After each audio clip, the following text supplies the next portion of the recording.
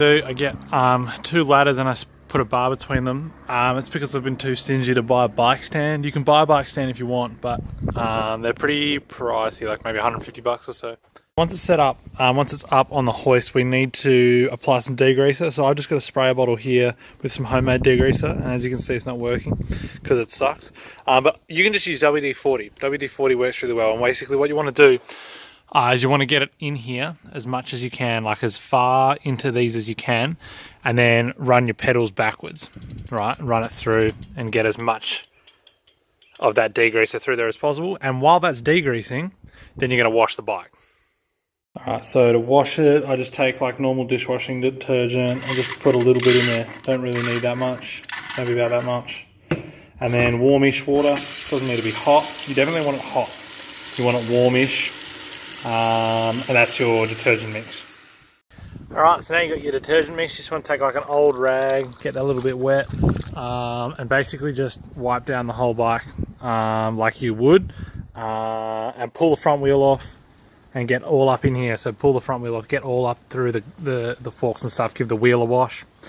Then once you've washed down the whole bike, what you're going to do is you're going to take a brush, this one here, and just run the pedals through and put this in the soap. So just get a little bit of soap, tasty, and then just run that through backwards.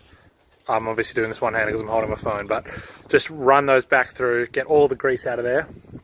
Then leave it to dry for about 5 minutes. Once you've given it a real good scrub, just give it a rinse in here. You want to make sure there's no soap or anything like that left in the cassette. That's like real important. No soap in there. Give the whole thing a bit of a rub down.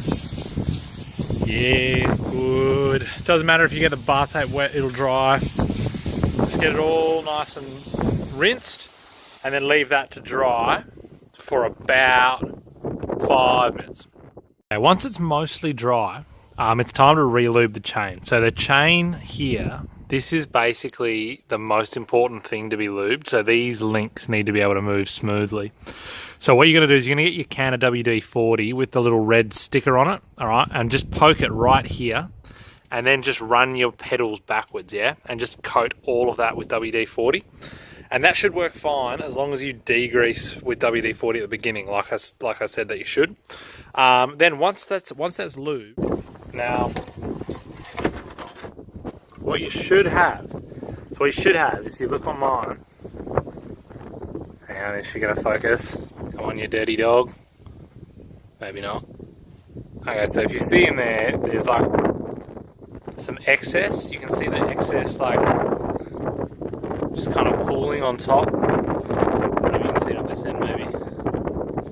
So that excess, that's a good thing. So you want to let that sit for about 5 minutes, and then after about 5 minutes is gone, then you want to take a cloth. Hey, where's my cloth? Here. Just like an old rag, right? And hold the rag underneath there like that. I don't know if you can see how much tension I've got on that. It's not focusing. So not much tension, just enough, and then run your pedals. And that'll take away any of the excess lube. You can see there, it's taken that away. Taking away that excess lube just means it won't pick up dirt and debris and stuff like that. And then once you've lubed it, you just want to be up the front here, and you want to run your pedals with one hand and then flick through your gears on the left and then again on the right. All right, you just want to flick through them and just double check that as you pedal, they're shifting smoothly. I don't know if you can hear this, but there should be almost no sound. Just the sound of the hub itself. And that's how you know your bike is clean and ready to go.